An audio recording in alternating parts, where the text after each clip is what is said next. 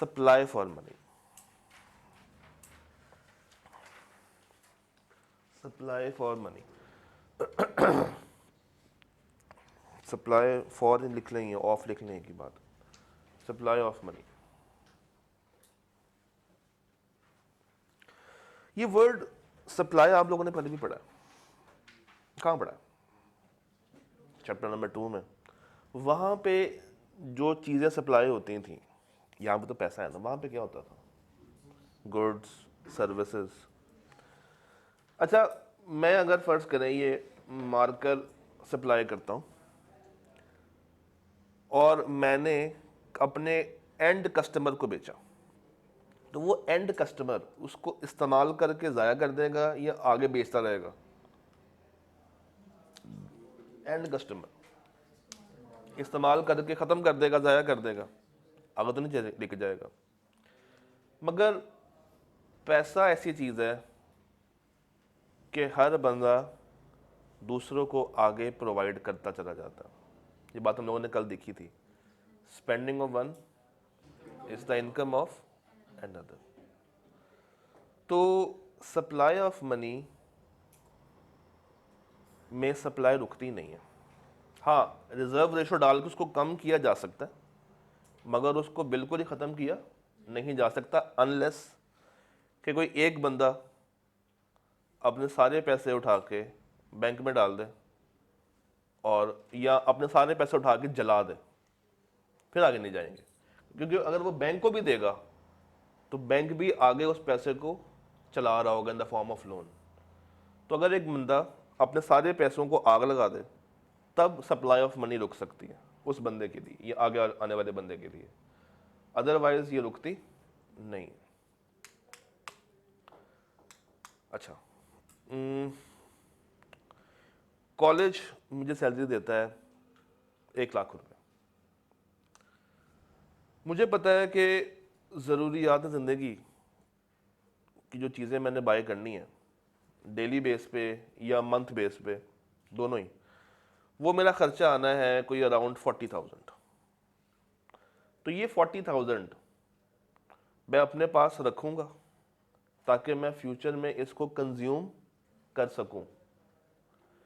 ये पैसा जो मैं अपने पास रख रहा हूँ, इसके पीछे मेरा मोटिव क्या है? कंजम्पशन। मेरा मोटिव क्या है? कंजम्पशन।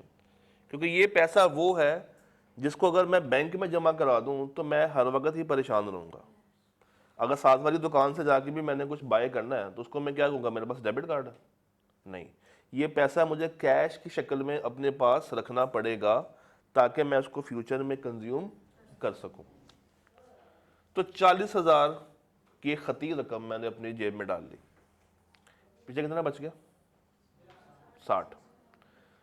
अब मुझे पता है कि मैंने घर सैलरी बताई हुई है 70,000। घर कितनी बताई हुई है? 70,000। तो जो डिफरेंस आ रहा है 40 और 70 में, कितना आ रहा है? 30। अगर कोई मुझसे पूछेगा कि 30,000 रुपये का क्या किया है, मैं कहूँगा करंट अकाउंट में रखवाएं, बैंक में रखवाएं। अच्छा, करंट अकाउंट क्या होता है?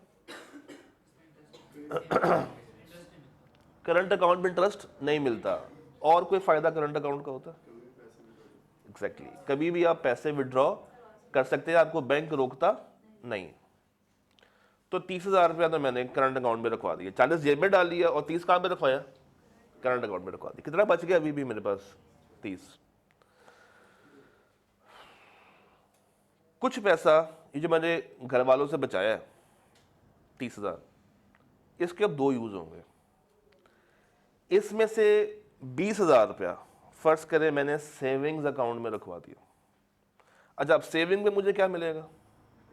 प्रॉफिट। इस्लामी बैंकिंग है ना, तो वो प्रॉफिट बोलते हैं। बात वही होती है, अगर नाम बदल देते हैं तो वो प्रॉफिट। और जो बाकी 10,000 है, मैंने फ़र्ज़ करें उसके कोई शेयर्स बाय कर लिए, मैंने उसको इंश्योरेंस में दे दिया, मैंने कोई फंड में इन्वेस्टमेंट कर दी, जो कि बहुत कोई 5, 10, 15, 20 साल के बाद जाके मुझे बढ़ के वो पैसे वापस मिलने वाले हैं। तो मैंने अपने पैसों के 4 टुकड़े किए। पहला 40 मैंने कहाँ पे रखा? कंजम्पशन के लिए, यानी कि ये वो पैसा है जो कि ट्रांजैक्शनल यूज के लिए मैंने रखा, डेली बेस पे होने वाली ट्रांजैक्शंस के लिए रखा है। अगला 30 मैंने कहाँ रखा? करंट अकाउंट में। ऐसा अकाउंट जिसको मैं किसी भी वक्त चेक करके पैसे वापस निकाल सकता हूं। अगला 20 कहाँ रखा? सेविंग्स में। और 10 कहाँ रखा? वो पैसा जो कि लॉन्ग टर्म है और ओवर द टाइम मुझे मिलेगा, वो पैसा जो कि लॉन्ग टर्म है और वो ओवर द टाइम मुझे वापस मिलेगा, को 5 साल, 10 साल, 15 साल के लिए। ये कहानी समझ आई? ये कहानी मैंने क्यों बताई है? ताकि मैं आपको ये चीज बता सकूं। चलो, ये पहली जो 40,000 की फिगर थी, that is my transactional money. इसको मैंने क्या करना है? Buy and sell. फिर करंट अकाउंट में पैसे रखवा देने, और ये मेरी इमीडिएट एक्सेस में होगा। मैं किसी भी टाइम डेबिट कार्ड के थ्रू या एटीएम के थ्रू अपने पैसे वापस निकाल सकता हूं। सेविंग के ऊपर मेरे पास इमीडिएट एक्सेस अवेलेबल नहीं है। और mutual fund, insurance, assets, securities, ये क्या है? Large time assets. अब जरा गौर कीजिएगा, मेरा एम नॉट कितना था? 40,000। तो मैं 40 लिख देता हूं, 40। उसके बाद यहां पे कितने पैसे दिए थे? 30। तो 40 प्लस 30 कितना हो गया? 70। फिर 70 में कितना जमा कराया था सेविंग्स में? 20। कितना हो गया था मेरा? 90। तो 90 में कितना जमा कराया था मैंने? 10। कितना हो गया था मेरा? 100। तो इस तरीके से एडअप होता जाता। इसको लिख लें, उतार लें इसको, इन चारों बातों को लिख ले। Transactional money, checking account, saving deposit और लार्ज टाइम एसेट्स।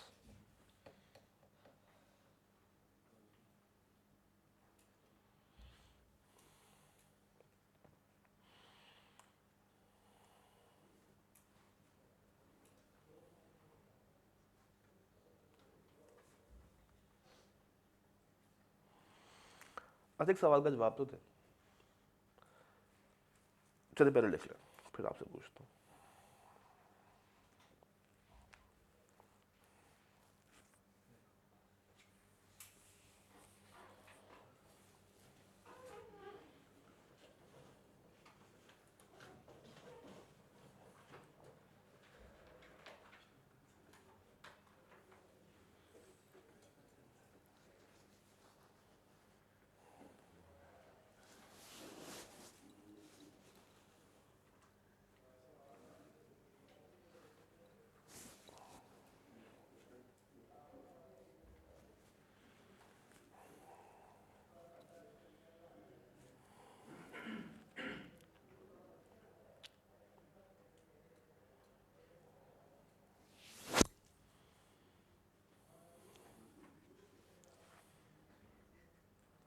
हाँ जी, लिख लिया?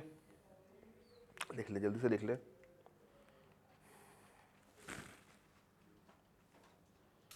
क्विकली क्विकली, छेती छेती, जल्दी जल्दी, फटाफट फटाफट।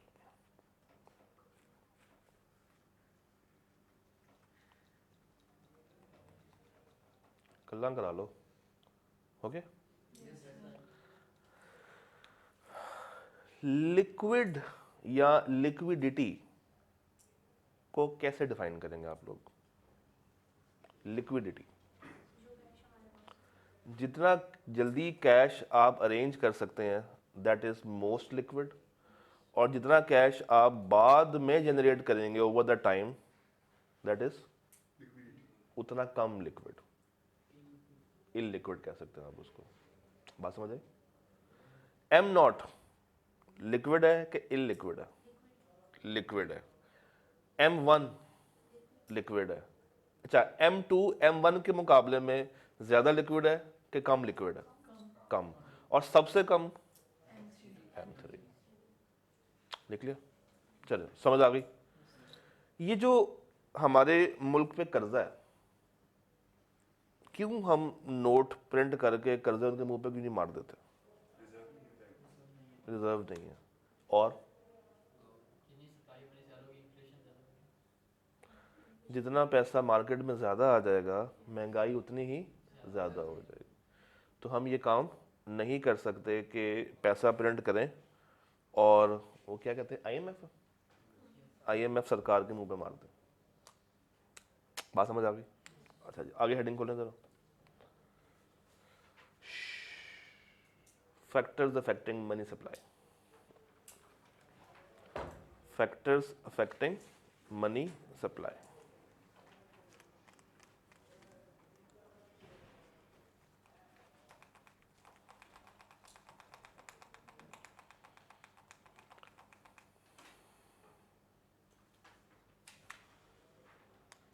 खोली? एक सब हेडिंग खोलें, ओपन मार्केट ऑपरेशंस। एक सब हेडिंग खोलिएगा, open market operations. Open market operations.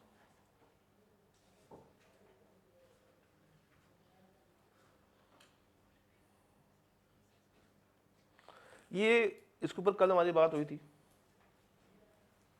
Open market operations क्या होते हैं? कल पढ़ा था। क्या होता है? Short term memory loss, cache memory delete है। यस, कमर्शियल बैंक और सेंट्रल बैंक के अंदर तबादला सिक्योरिटीज का, एसेट्स का, ये है open market operations.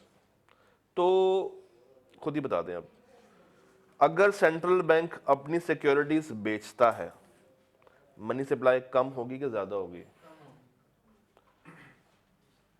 Central bank या स्टेट बैंक ने मिजान बैंक से कहा कि मेरे से सिक्योरिटीज खरीदो।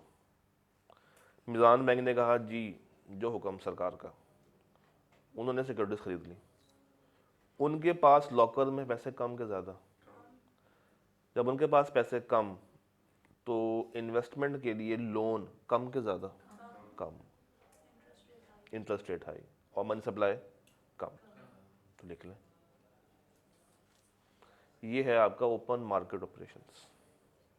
सेम बात जो कल पढ़ चुके हैं उसी बात को ही रिपीट किया, कोई नई बात नहीं बताई।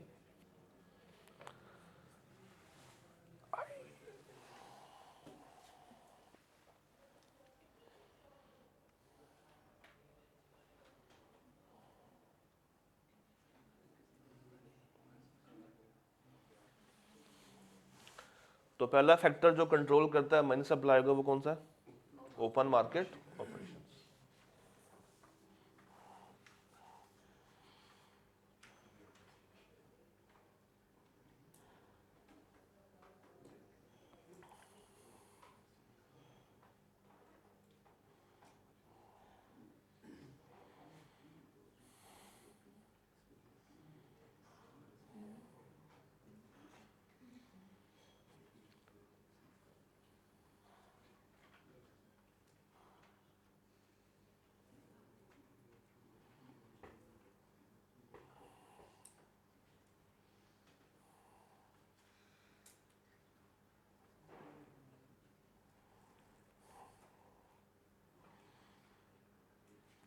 हाँ जी, हो गया बॉस।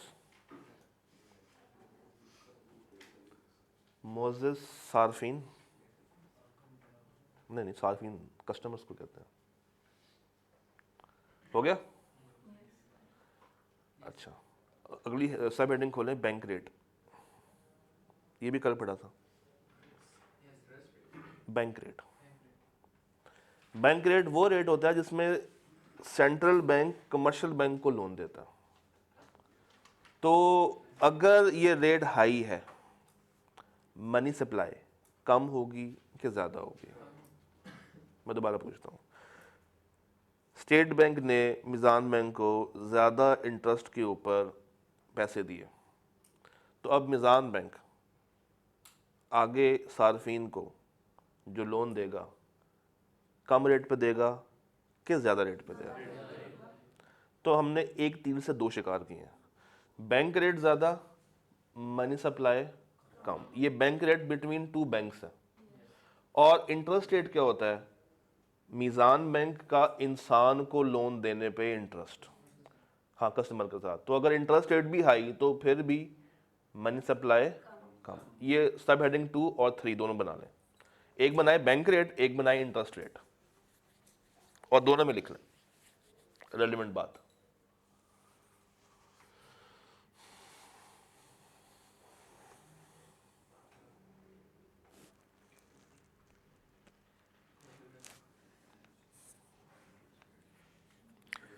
एक खोले बैंक रेट और एक खोले इंटरेस्ट रेट।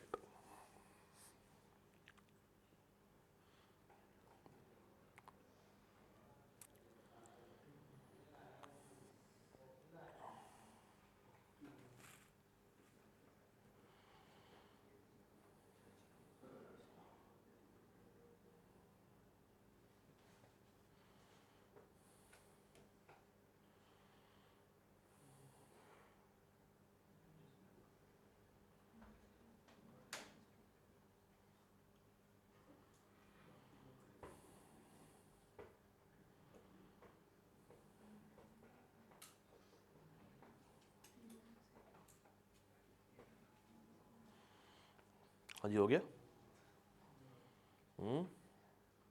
नो, हो गया? चल, अगली सब हेडिंग खोलें, रिजर्व रेशो। खुद ही बता दें, मनी सप्लाई का रिजर्व रेशो से डायरेक्ट ताल्लुक है कि इनडायरेक्ट ताल्लुक है? इनडायरेक्ट ताल्लुक है। जितनी रिजर्व रेशो ज़्यादा, मनी सप्लाई उतनी ही कम। लिख लें।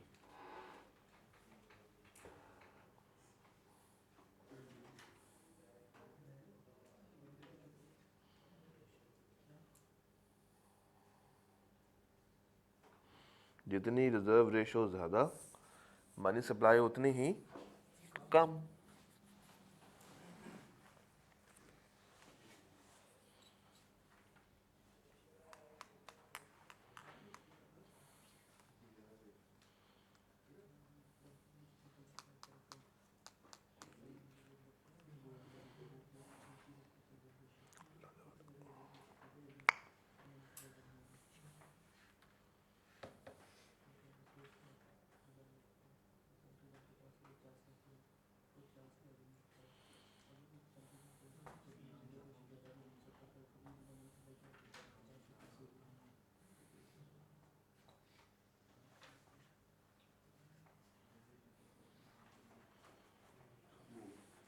हो गया?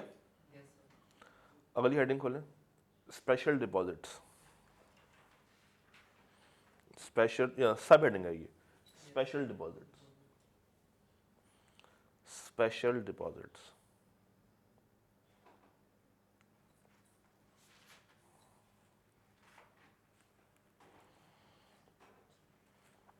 रिश्ता डायरेक्ट है कि इनडायरेक्ट है? स्पेशल डिपॉजिट्स, सेंट्रल बैंक कहता है कमर्शियल बैंक को कि हमारे पास अकाउंट खुलवाओ और अपना पैसा हमें डिपॉजिट करवाओ। तो जब पैसा कमर्शियल बैंक का सेंट्रल बैंक की तरफ रूट होगा, कमर्शियल बैंक के पास लोन देने के लिए पैसा नहीं होगा। तो रिश्ता इनवर्स, जितना ज़्यादा स्पेशल डिपॉजिट उतनी ही कम मनी। बिस्मिल्लाह करके शुरू हो जाए।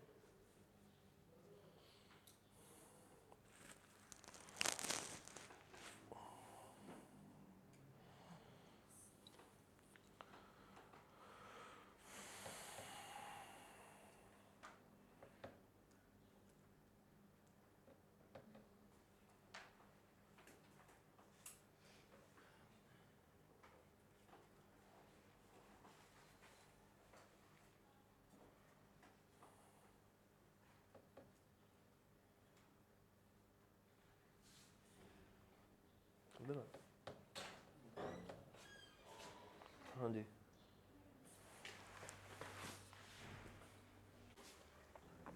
अच्छा जी। आगे लिखे, government borings. Government borings government borrowings.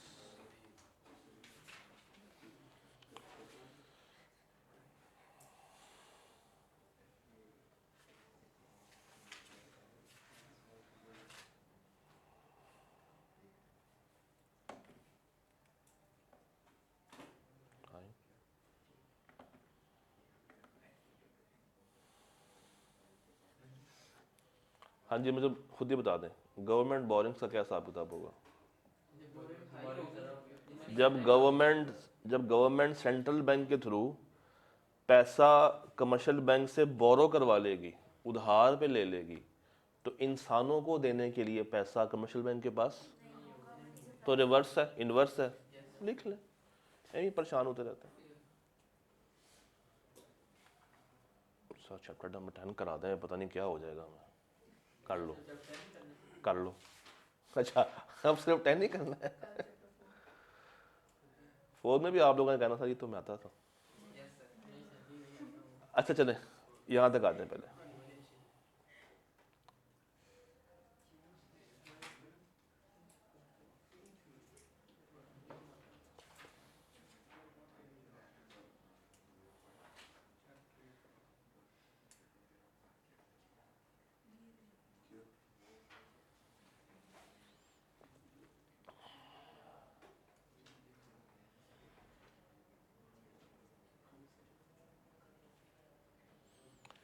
हाँ जी प्यारे बच्चों, लिख लिया? पता नहीं, मैं प्यारे कह देता हूँ, प्यारे हैं तो नहीं, वैसे मजबूरन कहना पड़ता है मोटिवेशन के लिए। अच्छा, डिमांड फॉर मनी का कर्व कैसे होता है? Downward sloping. मनी सप्लाई का कर्व होता है वर्टिकल। वर्टिकल। और ज़रा मुझे दोनों के फैक्टर्स को बगौर देख के बताइएगा, कौन सा एक फैक्टर दोनों में कॉमन है? आई बस डैम श्योर कि आप लोगों को पता ही नहीं होगा। हाँ, इंटरेस्ट रेट। अब याद करें चैप्टर नंबर 2, डिमांड को भी प्राइस इफेक्ट करती थी, सप्लाई को भी। तो यहां पे डिमांड फॉर मनी और सप्लाई फॉर मनी को क्या इफेक्ट कर रहा है? और जितना इंटरेस्ट रेट ज्यादा, मनी सप्लाई कांस्टेंट रहेगी। और डिमांड फॉर मनी में ये इनवर्स रहेगा। डिमांड फॉर मनी में ये इनवर्स रहेगा और एमएस में ये मनी सप्लाई कांस्टेंट रहेगी। एक सेकंड। अच्छा जी,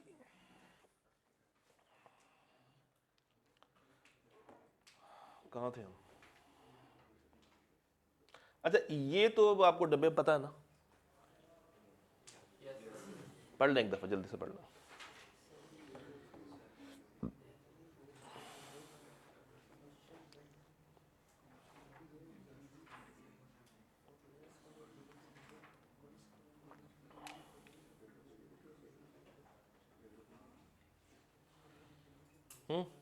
ओके,